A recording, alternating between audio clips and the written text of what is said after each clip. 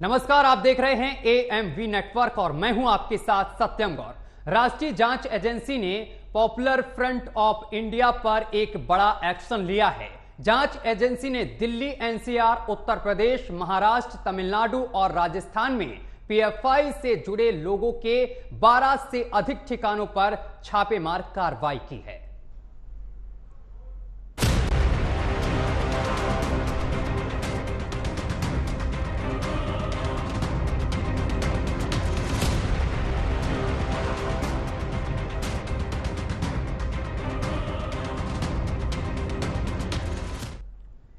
2047 तक भारत को इस्लामिक राष्ट्र बनाने का मकसद रखने वाले इस संगठन का दोहरा चेहरा सामने आया है। आखिर कैसे इस संगठन का फैलाव देश भर की आंतरिक सुरक्षा के लिए बड़ा खतरा है, देखिए हमारी इस रिपोर्ट में, और रिपोर्ट के बाद करेंगे इसी पर चर्चा।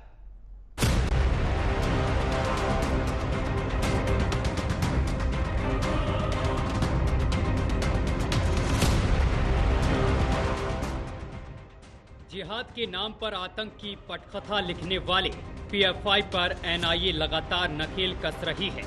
देश के गृह मंत्रालय ने पहले ही सितंबर 2022 में इस प्रतिबंधित संगठन पर बैन लगा दिया है। दूसरी ओर एनआईए की छापेमारी चल रही है, चाहे दिल्ली का हौज काजी इलाका हो या मुंबई का वाहिद शेख का घर। एनआईए ने देश के 6 राज्यों में 12 से ज्यादा ठिकानों पर ये छापेमारी की है। छापेमारी में एनआईए के अधिकारी अपने साथ अवैध सामग्री को ले गए हैं। दिल्ली, एनसीआर, राजस्थान, मध्य प्रदेश, यूपी और महाराष्ट्र में हुई ये छापेमारी फुलवारी शरीफ मामले से जुड़ी है। दिल्ली की मुमताज बिल्डिंग में हुई छापेमारी जो सच निकलकर सामने आया है वो आपको चौंका देगा।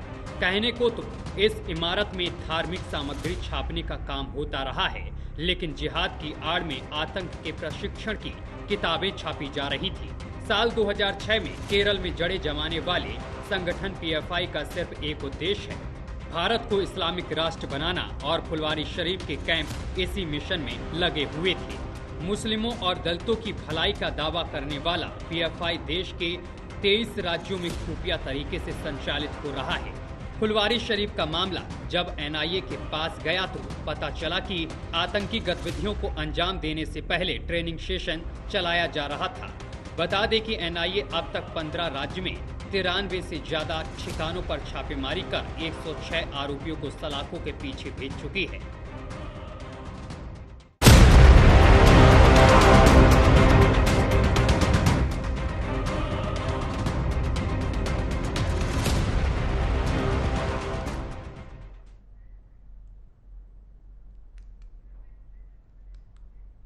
तो आपको बताते चले कि जो मामला सामने निकल कर आया है, अब जगह जगह पर यहां पर छापेमारी चल रही है। एनआईए लगातार छापेमारी कर रही है। इस छापेमारी में तमाम सबूत भी एनआईए के हाथ लग गए हैं, क्योंकि पीएफआई पर बैन लग चुका है 2022 में। इसके बाद से लगातार एनआईए जो है वो इस पूरे मामले को लेकर छापेमारी कर रही है। अभी तक करीब 106 लोगों को गिरफ्तार कर सलाखों के पीछे भी भेज दिया गया है। तो ये ग्राफिक्स के जरिए हम आपको समझा रहे हैं कि किस तरीके से कार्रवाई की गई है और किस तरीके से ये कार्रवाई अभी लगातार की भी जा रही है। बताते चले कि एनसीआर सहित 6 राज्यों में 12 ठिकानों पर यह छापेमारी की गई है। सितंबर 2022 में गृह मंत्रालय ने इस पीएफआई पर बैन लगाया है। जिहाद की आड़ में आतंक की पटकथा लिख रहा था ये पीएफआई, और 2047 तक भारत को इस्लामिक राष्ट्र बनाने का लक्ष्य रखा था, और इसका जो मंसूबे थे वो एनआईए ने ध्वस्त कर दिए हैं। कई हिंदू संगठनों की हत्या में भी इसका नाम सामने निकल कर आ चुका है। वहीं दिल्ली की मुमताज बिल्डिंग में छापेमारी हुई है, यहां से तमाम आपत्तिजनक सामान भी निकले हैं।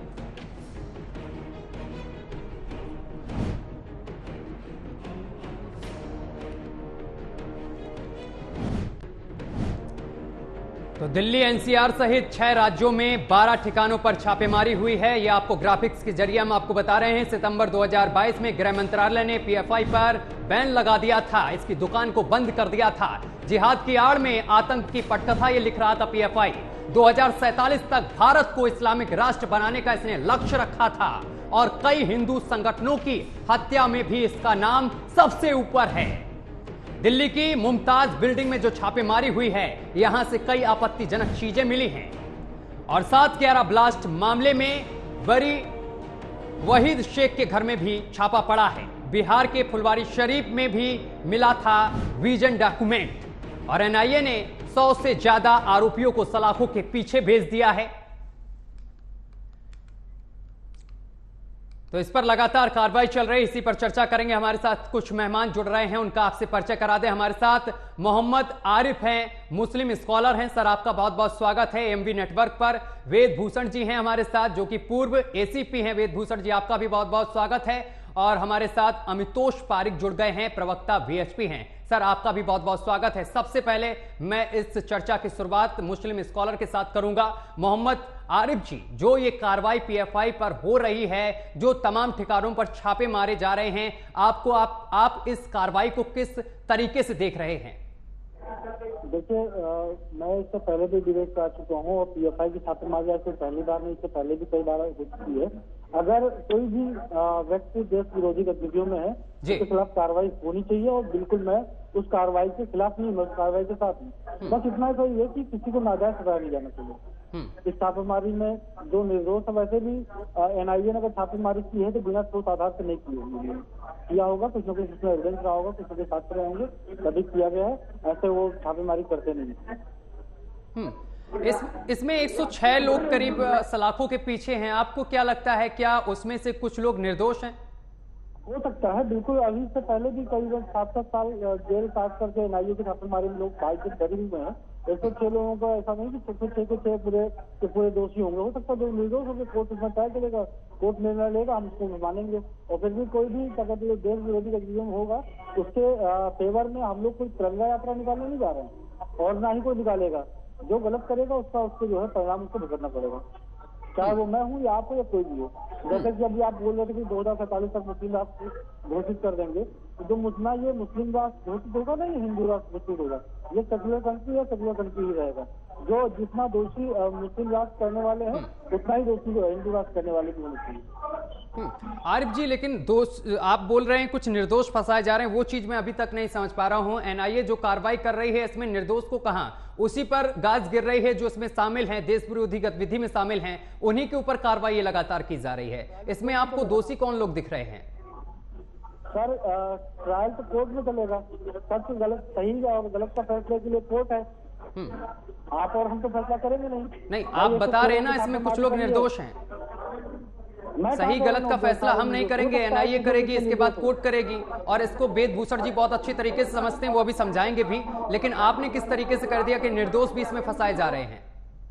ये नहीं कहा, मैंने कहा हो सकता है कुछ लोग इसमें निर्दोष हों। आप गलत मतलब मत निकालिए मेरी बातों का। भाई वो तो फैसला कोर्ट करेगा ना, हम और आप डिबेट बैठ के फैसला करेंगे नहीं। ठीक है, मैं अमितोष जी के पास जाता हूं, इसके बाद मैं वेद भूषण जी के पास आऊंगा। अमितोष जी कुछ कहना चाह रहे हैं? सत्यम, हालांकि मैं बीच में कभी भी रेस नहीं करता, लेकिन मुझे ये पता था कि किस तरह से मोहम्मद आरिफ जी अपनी बात को भी रखेंगे और सेक्युलर को अपनी भाषा के अंदर में लाएंगे। मुझे ये बिल्कुल निश्चय पता था कि वो ये बोलेंगे कि हम किसी के भी विरुद्ध नहीं है, कार्रवाई होनी चाहिए। और ये भी पता था कि निर्दोष को नहीं करा जाए। ये एक नैरेटिव सेट किया जाता है लगातार, और ये नैरेटिव हमेशा सेट किया जा रहा है इस देश के अंदर में, सेक्युलर के आड़ में। और तीनों चीजें इन्होंने अपने वक्तव्य में कह दी। एनआईए ने जो यहाँ पर कार्रवाई करी है, पॉपुलर फ्रंट ऑफ इंडिया, जो कि 28 सितंबर 2022 को यूएपीए के अंतर्गत के अंदर में एक अनलॉफुल टेररिस्ट एक्टिविटी में इन्वॉल्व पाई गई और उसके खिलाफ वहां कार्रवाई करी गई। तभी लोगों ने इस पे आवाज उठाई थी। ये वो लोग थे जो सेक्युलर है।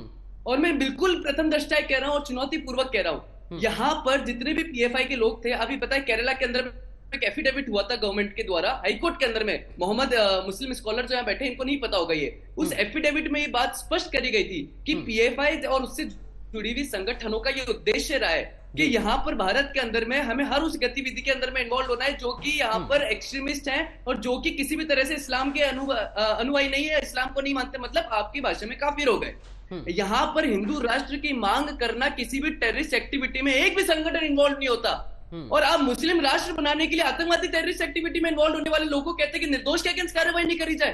तो ये जो दोहरा चरित्र इस भारत के अंदर में इन सेक्युलर सोकॉल्ड सेक्युलर लोगों ने लगा रखा है ना, इसको खत्म करना होगा। और एनआईए की जांच में ये भी स्पष्ट हो जाएगा। और ये जो ट्रायल कोर्ट की बात कर रहे हैं, एक भी ऐसा उद्देश्य एग्जांपल ही बता दे जहां पर एनआईए ने किसी को पकड़ा और ट्रायल कोर्ट के अंदर में वैक्यूट हुआ हो। दिल्ली राइट्स के अंदर में पीएफआई का इन्वॉल्वमेंट, उसके बाद टीएम जोसेफ के हाथ काट दिए गए, पीएफआई का इन्वॉल्वमेंट, 13 पॉलिटिकल मर्डर्स, पीएफआई का इन्वॉल्वमेंट, असम के अंदर में भी पीएफआई का इन्वॉल्वमेंट, हिजाब लो पीएफआई इन्वॉल्वमेंट। तो अगर इस्लामिक एक्टिविटी, अगर आप इस्लामिक राष्ट्र बनाने के लिए टेररिस्ट एक्टिविटी में उत्पन्न हो रहे हैं, तो उस ऐसी संस्थाओं को बैन करना ही इस देश की सुरक्षा की हित में है। ठीक है, मैं आरिफ जी इसके बाद मैं आपके पास आऊंगा। पहले मैं वेदभूषण से इस पर चर्चा करना चाह रहा हूं, कुछ सवाल हैं मेरे पास। वेदभूषण जी, आप को अच्छा अनुभव है इस बारे में, क्योंकि आप उस पोस्ट पर रहे हैं, तमाम अपराधियों को पकड़ा है और ऐसे तमाम मामले आपके पास भी आते रहे होंगे। जिस तरीके से पीएफआई पर कार्रवाई हो रही है, एनआईए लगातार छापेमार कार्रवाई कर रही है, आप इसको किस तरीके से देखते हैं? क्या इसमें निर्दोषों को भी फंसाया जा रहा है, जिस तरीके से आरिफ जी कह रहे हैं, आरोप लगा रहे हैं वो? देखिए सत्यम जी, बड़ी दुर्भाग्य की बात है, अभी हालिया में हमास, आईएसआई और तमाम जो खालिस्तान कमांडो फोर्स, इस तरह की जो नक्सलाइट्स हैं या एक्सट्रीमिस्ट ऑर्गेनाइजेशन है, बहुत बड़ा वर्ग हिंदुस्तान में उनको सपोर्ट कर रहा है। ये बड़े शर्म की बात है, दुख की बात है। हमारा पूरा देश हमास के खिलाफ है और इजराइल के साथ खड़ा हुआ है, क्योंकि हमास ने जो वहां पर जातियां की उसके लिए खड़ा हुआ है। परंतु दुर्भाग्य है कि पीएफआई जैसे संगठन के लिए भी लोग आंसू बहाते हैं और कहते हैं कि बड़े इनोसेंट है। सिमी जब ऑर्गेनाइजेशन को बैन किया गया था, उसके बाद गुपचुप तरीके से पीएफआई को खड़ा किया गया।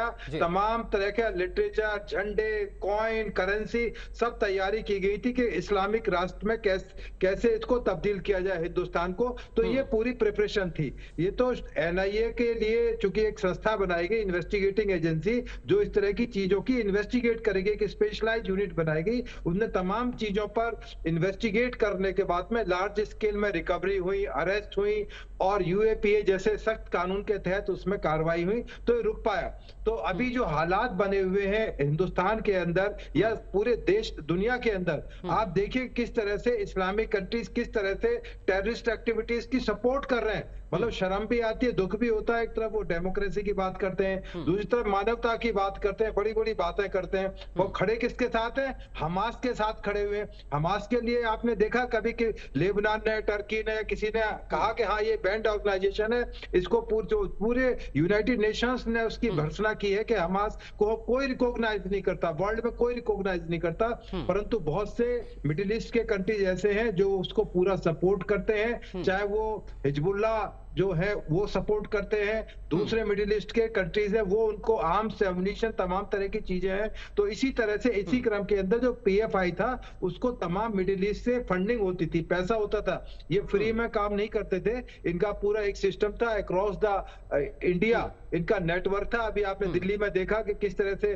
जो चांदनी चौक है, दरीबा है और दूसरे जो बल्ली मरान का इलाका है, वहां पर तमाम रेड्स की गई हैं। मुंबई के अंदर अभी आप वाजिद शेख का नाम ले रहे थे, क्योंकि पहले भी वो 7/11 के अंदर वो अरेस्ट किए जा चुके हैं। वो अलग बात है, बरी हो गए। बरी होने का मतलब ये नहीं कि आपके खिलाफ कुछ नहीं था, उसमें जजमेंट जो आती है उसमें हो सकता है कि आपके खिलाफ कोई जो टेक्निकल ग्राउंड पर आप बरी हो गए हो, तो पर ये कह देना कि वो बिल्कुल दूध के धुले हुए थे, बिल्कुल इनोसेंट थे, ऐसा नहीं था। तमाम रिकवरी होती है, तमाम चीजों की इन्वेस्टिगेशन होती है, क्योंकि अदालत में तमाम सबूत पेश करने पड़ते हैं, कोई गवाह पेश करने पड़ते हैं। कई बार गवाह अवेलेबल नहीं होते, मर जाते हैं या जाना नहीं चाहते उस ट्रायल के दौरान में, उस वजह पर बरी हो जाने का मतलब ये नहीं कि अपराध नहीं हुआ। मैं आपको इस तरह समझाऊंगा कि एक आदमी का मर्डर हो गया, उसको गोली मार दी गई, मुलजिम पकड़े गए, ट्रायल चला, उसमें गवाह नहीं मिल पाए, बरी हो गया।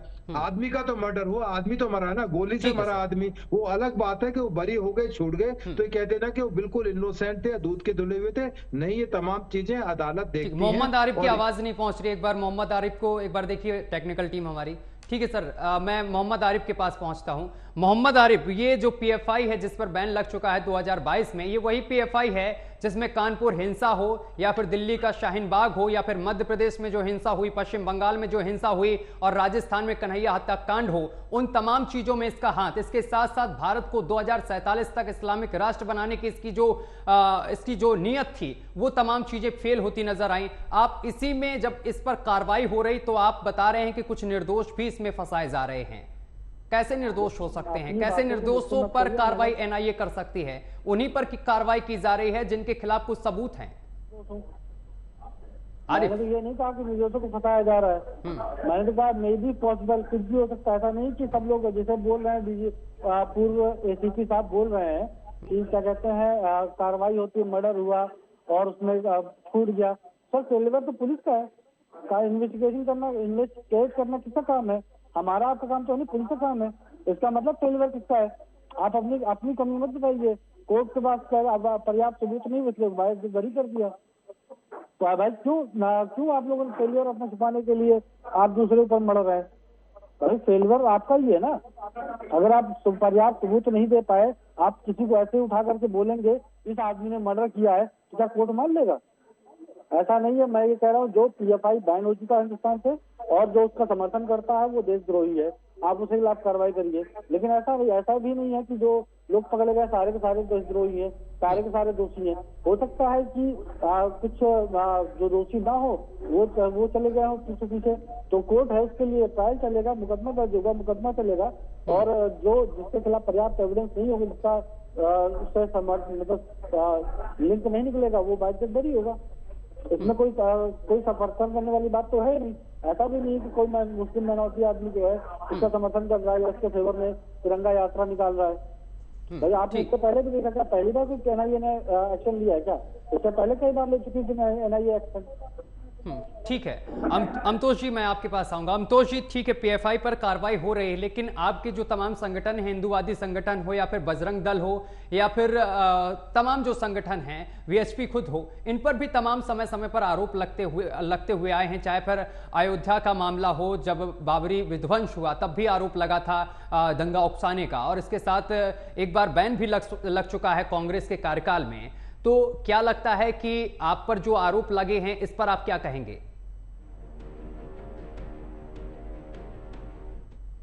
ही तो एक लोकतांत्रिक व्यवस्था को जताता है, और उस आरोप से बाहर निकल जाना उस संगठन की मजबूती को जताता है। और इसीलिए आप देखिए कि एक बार नहीं बल्कि 6 बार संघ के ऊपर में बैन लगाए गए, लेकिन 6 की 6 बार वो कोर्ट और न्यायालय के आदेश से बैन हटाया गया। संघ के ऊपर बैन लगाने वाले लोग वही थे जो 26 जनवरी को परेड में भी संघ स्वयं सेवकों को बुलाते हैं। संघ के ऊपर बैन लगाने वाले लोग वो थे। कुछ संगठन ये भी कहते हैं अमतोष जी कि आप लोग भी दंगा उकसाने का काम करते हैं, तमाम जगह आपकी भी तमाम संलिप्तता रहती है। सुनिए पहले मेरा सवाल सर, लेकिन आप पर कार्रवाई इस वजह से नहीं होती है, कहीं ना कहीं सरकार का संरक्षण है।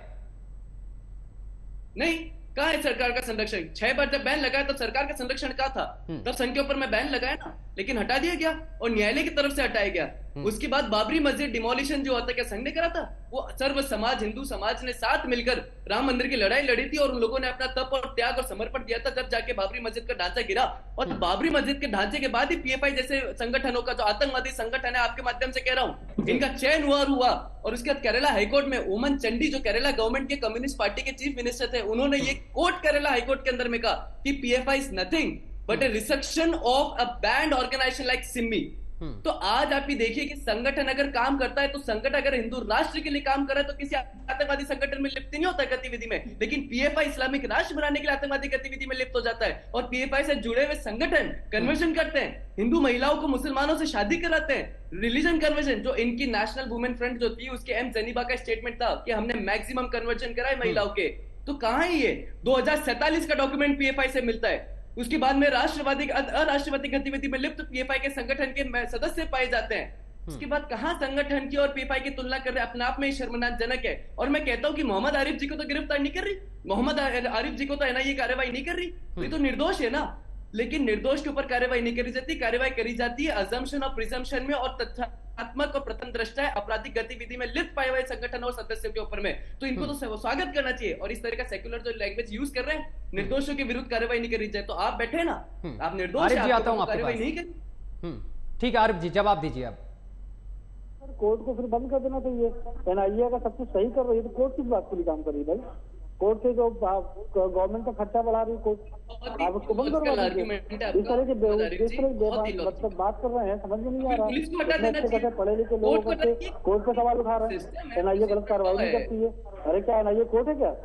प्रोसीजर लॉ है, IPC पढ़ के आइए, CRPC पढ़ के आइए, यहाँ पर बैठ के एक अपना रिकॉर्डर जो आप लोग का चलता है ना सेक्युलर वाला, IPC की बात के लिए, संविधान की बात के लिए हमारे लिए क्या है? डिबेट करने से पहले एक मोनोटोनस बातें करना बंद करिए।